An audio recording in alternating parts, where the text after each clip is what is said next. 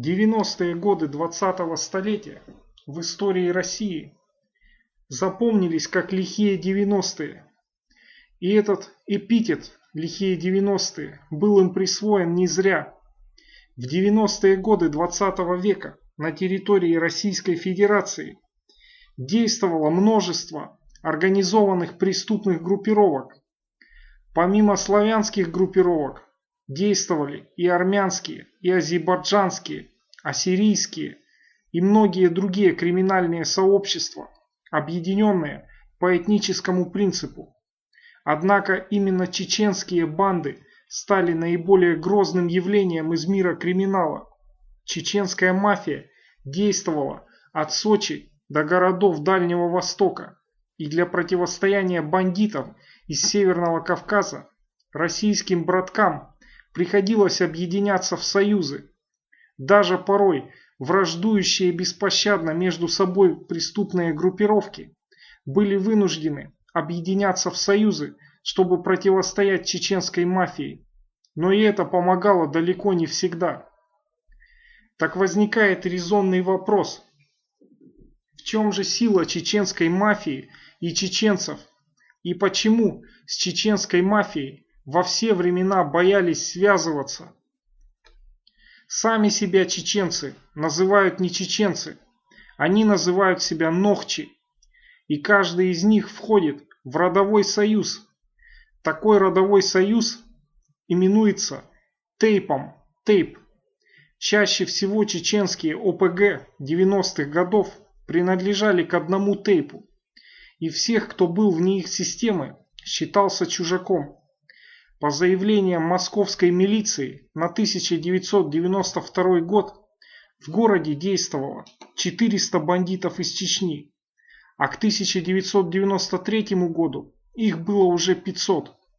Численность чеченских бандитов в Москве год от года возрастала. Внедрить своего агента в такое сообщество практически невозможно. Родственные связи обеспечивают невероятную сплоченность группировки. Чеченцы не выдавали своих, всегда мстили обидчикам, а обида, нанесенная одному человеку, распространялась на весь клан. Для разборок с конкурентами чеченцы привлекали своих земляков, которые могли и не принадлежать к мафии, например, студентов или рыночных торговцев. Роль киллеров выполняли юноши из горных чеченских аулов. Чаще всего они не знали русского, но знали, что помогают родственникам, пусть даже и за деньги. Молодой чеченец приезжал в Москву или в любой другой город, выполнял заказ, после чего возвращался в свой далекий аул. Отыскать правоохранителям такого гастролера практически невозможно. Чем больше вокруг родственников, тем чеченская мафия сильней. А если родственников немного, то чеченская мафия слабеет. Например, приведу такой пример. В борьбе за приморский город Находка славянские бандиты взяли абсолютный верх над бандой чеченца Хатуева. Из-за того, что у Хатуева было мало земляков вокруг, и приморский город Находка был отделен от центра, от столицы, где действовали многочисленные чеченские группировки. Говоря о чеченцах, нельзя не сказать об их воинственности. Вообще раньше жизнь каждого чеченца руководствовалась сводом правил, которые называются адаты. Из-за того, что чеченская нация складывалась в условиях постоянного противостояния как с внешними врагами, так и разных родов друг с другом, всякие межродовые войны, эти правила отличаются особой суровостью.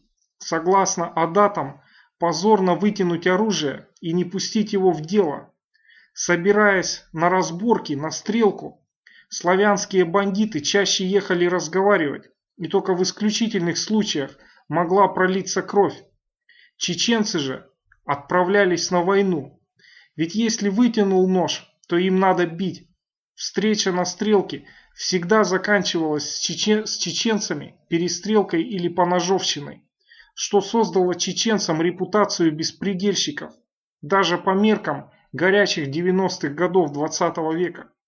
Бандиты с Северного Кавказа были бескомпромиссные и никогда не отказывались от тех, кто платил им за крышу, то есть не предавали коммерсантов, которые обращались к ним за помощью. Поэтому олигарх Березовский и другие бизнесмены предпочитали работать с чеченскими ОПГ, которые никогда не включат заднюю и всегда пойдут до конца. Кстати, чеченцы не признавали воровских понятий. В 90-х годах среди воров в законе было всего два чеченца: Султан Даудов, также известный как Султан Балашихинский, и Хусейн Адамов, известный Хусейн Слепой. Например, в той же Грузии была шутка, что в каждом тбилисском дворе, на каждой лестничной площадке есть вор в законе.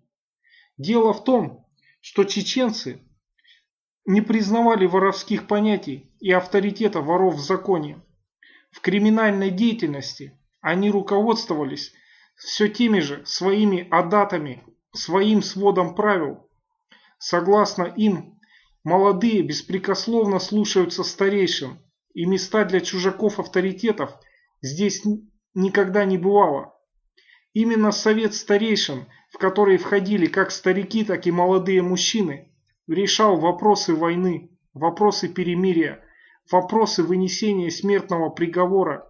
Часто воры в законе выступали судьями и примиряли поссорившиеся группировки. С чеченцами это не работало. Они отвергали участие третьей стороны в конфликте. Даже в тюрьме чеченцы сохраняли свое единство и были вне системы, вне блатных понятий.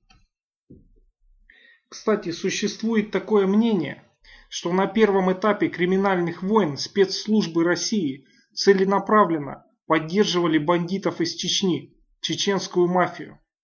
Якобы они использовались для создания системы противовеса, набирающим силу и влияние славянским группировкам из подмосковных городов. И также против воров в законе. Специальные агенты передавали лидерам чеченцев передвижение конкурентов и информацию, полученную от прослушки или от стукачей. В 2000-х годах сильный удар по чеченской мафии нанесли уже силовики. Причина – их активная помощь сепаратистам, деньгами, информацией, бойцами, и то, что задача по удержанию роста славянских ОПГ в 2000-х годах была уже выполнена. Благодарю за внимание.